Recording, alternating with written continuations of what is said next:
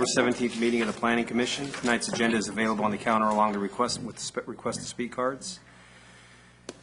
Anyone wishing to address the commission should fill out a request to address form and present to the clerk prior to getting going here. And as a reminder, presentations by the public on matters not on the agenda within the jurisdiction of the commission. The commission is prohibited by law from discussing issues not on the agenda brought to them at this time. Please note that the meeting is being recorded and televised, so all speakers, in order to be recognized, must be called by the chair and come forward to the microphone. Speaking in public may cause some individuals to be uncomfortable, so everyone is asked to be professional and respectful at all times. Thank you. So at this time, I'd like to ask Commissioner Perez to start us. Chair Govan, if I may interject, I recognize we do not have a flag here in the room, but we would normally start the meeting with the Pledge of Allegiance. Well, correct. Much like with council last night, we can salute an imaginary flag up there if everyone is comfortable with that. I am comfortable with that. Thank you. Nobody's wearing that flag. Pledge allegiance to the flag of the United States of America and to the republic for which it stands, one nation, under God, indivisible, with liberty and justice for all. Federal shutdown ended. Should we get our flag back, right? Okay. So we'll start with B, any correspondence, staff communications from the Planning Commission. Yes, thank you, Chair Govan. Briefly, I'd like to report on two items of note from last night's City Council meeting. With one minor change requested, the City Council did approve the updates to the wireless telecommunications policy that your commission reviewed last month. That's been many years in the making, so that is in effect, so we're very pleased with that. And second of all, the council did first reading on the zoning ordinance amendments that we saw several times over the summer here at Planning Commission. So they will do second reading in their first meeting next month, and so those will be in effect in early December. That concludes staff communications tonight. Thank you, David. It's good to know those are moving forward. Any disclosure of ex parte communications at this time? I'll start with on my left. Jeremy? No. Okay. So we'll move to the consent agenda, consideration and approval of the minutes from the September 19th, 2013 Planning Commission. Do I have a motion? I'll move approval. Second. We have a first and a second. All those in favor say aye. Aye. All those against say nay. Move forward. And we will move to the regular agenda. Public hearing regarding Orkin conditional use permit number 13-05. Yes, our newest staff member, Seamus Laffey, will present this item. Thank you. Thanks, Seamus. Good evening, Chairman Galvin and the members of the Commission. I'm coming before you tonight to seek approval of conditional use permit 1305 for an Orkin Pest Control Office at 1030 Riverside Parkway, Suite 155. The applicant is proposing to open a 3,217 square foot office to be used for administrative functions and to support field representatives. In the rear of the office, there will be a small storage room with pesticides. Both the fire department and the building department have reviewed the plans, and they have found the storage room acceptable for the storage of the pesticides. Under the California Environmental Quality Act, staff has determined that a Class 1 categorical exemption of the CEQA guidelines is the appropriate level of review, and this is the existing facilities exemption.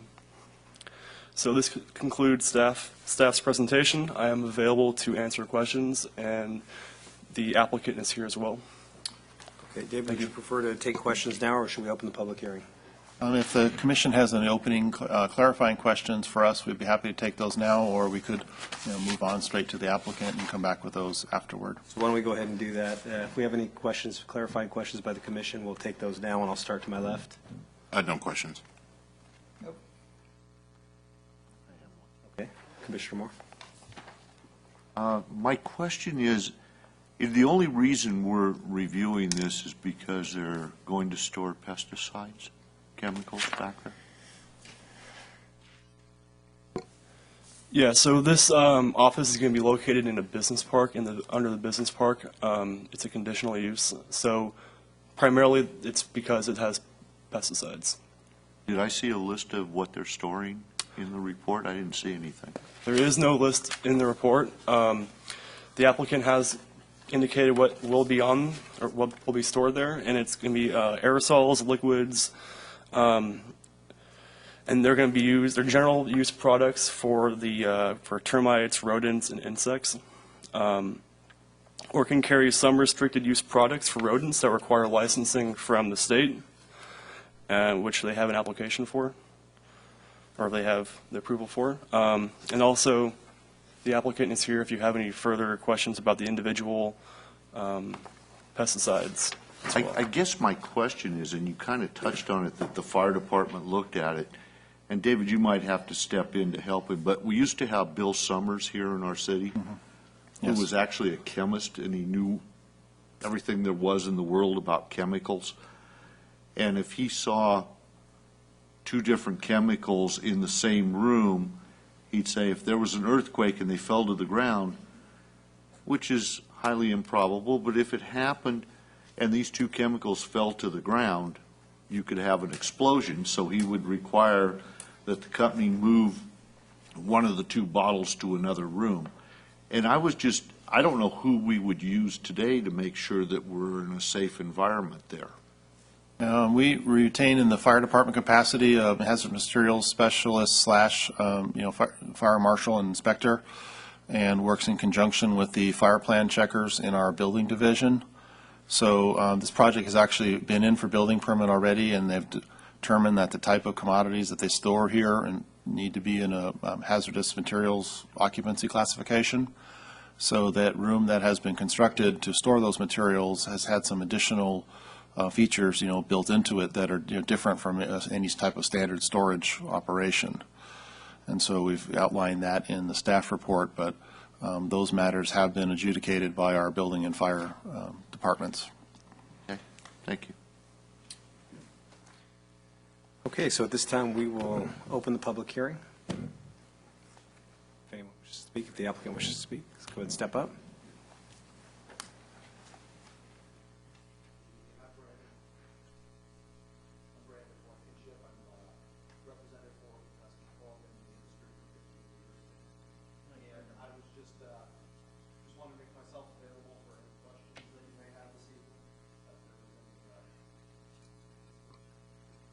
If there were any additional questions, sorry about that, based upon Mr. Moore's question. So I'll start to my right. Any questions for the applicant? I do have one question. I see where this is, it doesn't appear by the way that this is written up that this is your primary facility for storing chemicals. This is primarily a business. Yeah, I can answer that question for you. We carry limited amount of pesticides at any of our offices. We're on a 2-week rotation, order rotation, so we really try to keep our limited supply of what's on hand as it is. And, some of that is just to reduce risk. The other part of it is the cost of the products themselves. But that's why we do have a limited chemical area here. We have a sister property in Sacramento that handles some other areas of our territory as well. So.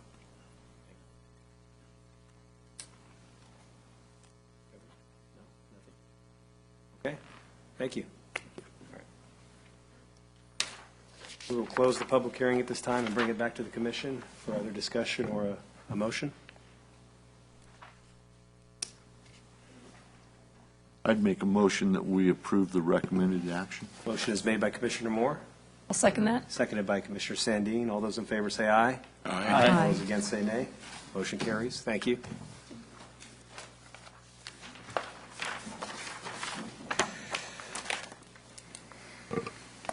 So we'll move on to regular agenda item number 3, the public workshop on the proposed indoor go-kart facility. Yes, David, I'll yep. move to you. Associate Planner Kathy Allen will present this item. Thank you, Kathy.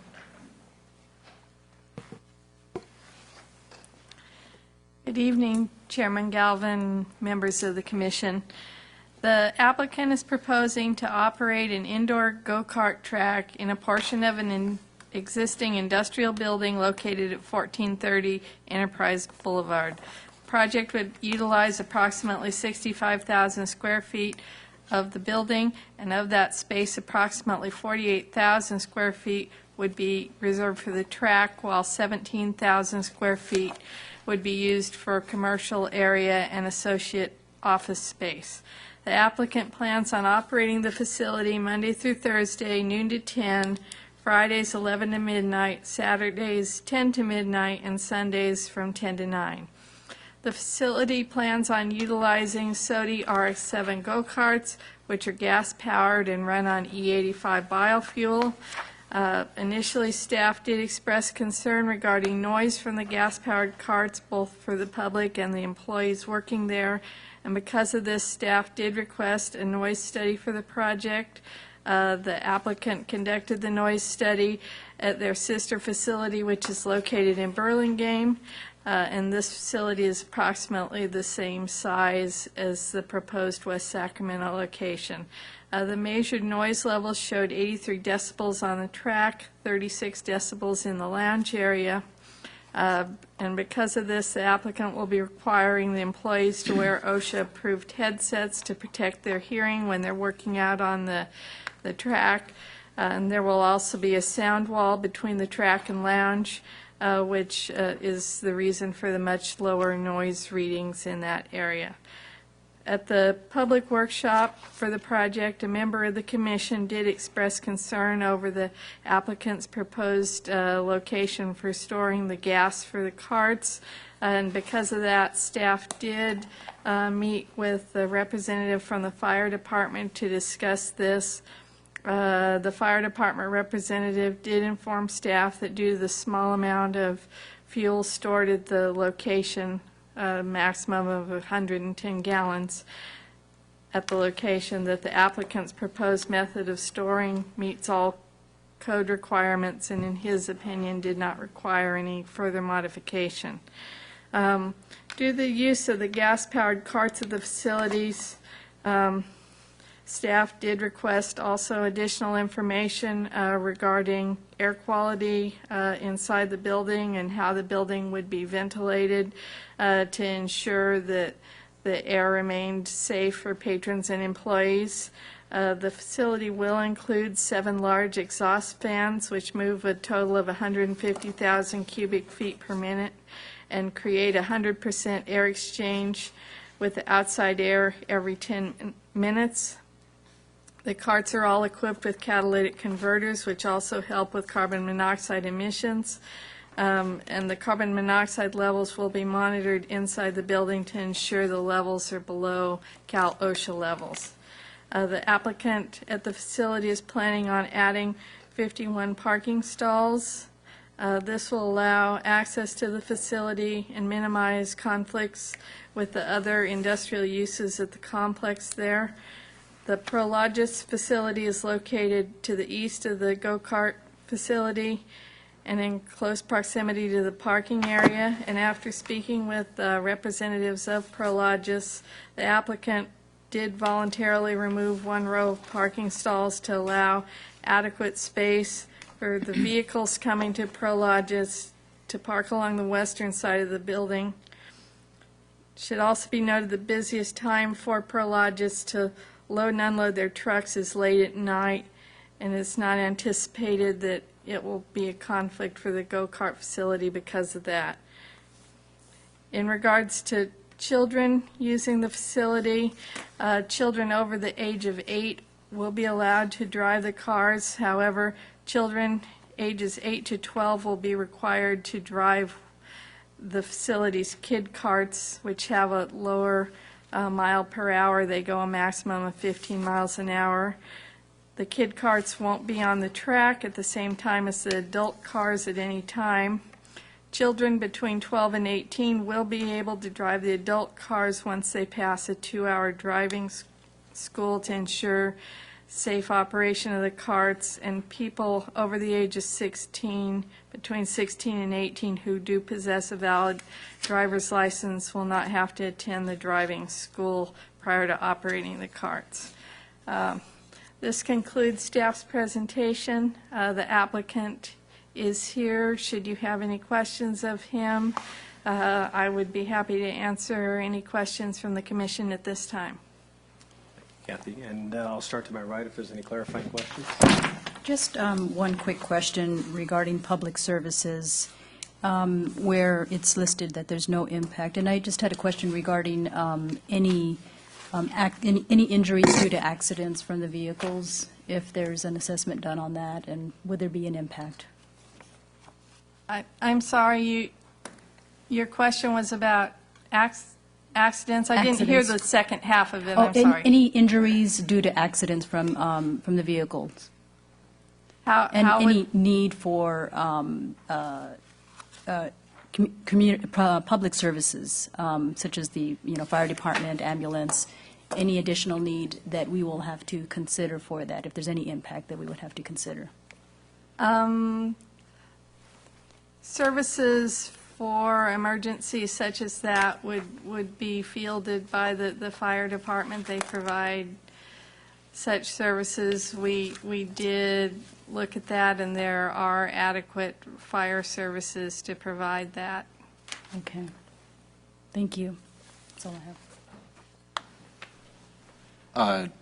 Of course, I'll come back and talk about the 255-gallon drums, but I think originally they were just going to be stored outside. Now they're going to be inside a container. And They're going to be stored in a metal container outside, and inside the metal container is also going to be a tub that Right. the drums sit in, so that if by chance there is any leakage, the tub will catch that. well, I think it's better than just having two drums stored outside that could be shot at with a BB gun or whatever and hit, and that does happen in this community. So, I still think the other container would be safer and a better thing, but this is better than nothing. I still think it's a poor idea to store fuel outside any facility that's not in a fire-contained apparatus. So I'd be happier if it was in a container, but I'm not totally distraught over it not being. So, that's it. Thank you. I don't have any questions. No, Jeremy? No question. Okay, at this time, we'll open the public hearing if the applicant wishes to speak or anybody else. All right, we'll close the public hearing. Bring back the commission for a motion. No comment. I'd move the recommended action. Have a movement by Commissioner Olson, Second. seconded by Commissioner Perez. All those in favor say aye. Aye. All those against say nay. Motion carries. Thank you very much. I'd like to read the appeal procedure into the record, please. Certainly. Any interested party may appeal the decision of the Planning Commission in this matter to the City Council by filing a written appeal with the City Clerk within 15 days of tonight's action, and that appeal must be accompanied by the appropriate filing fee. So we'll move on to agenda item number 4, the public hearing regarding the Argus tentative parcel map. Also, Associate Planner Kathy Allen will present this item as well. Thank you. This item is a tentative parcel map application to create 2 lots from one 10.2 acre lot. The project is located both east and west of Jefferson Boulevard and the city-county line. The project is also east of the Deepwater Ship Channel. The property was originally part of a larger parcel that was split off as its own parcel as part of Final Map 4542. That was completed in 2003. The easterly portion of the site does contain several existing buildings. This portion is zoned public open space, and the buildings are legal nonconforming structures. The buildings and uses may remain but cannot be expanded. The westerly portion is zoned general agriculture and is vacant. That portion of the site is located on top of the Ship Channel levee. The westerly lot is proposed to be 8.3 acres, the easterly lot 1.2 acres. And there is a public right-of-way where Jefferson Boulevard crosses the site. And as I said, that was conveyed in 2003 as part of the final map. And this parcel map application is being requested to facilitate the sale of the property. This concludes my presentation. Happy to answer any questions. Thank you, Kathy. We'll bring it back for clarifying questions. Russ? Jeremy? No questions, thank you. Russ? Right, thanks, Kathy. Just for clarification, the western property, the one that's along the actual canal, the shipping canal, parcel 1, that does not include the existing house, No. correct? Thank you. Sandy? No? Okay.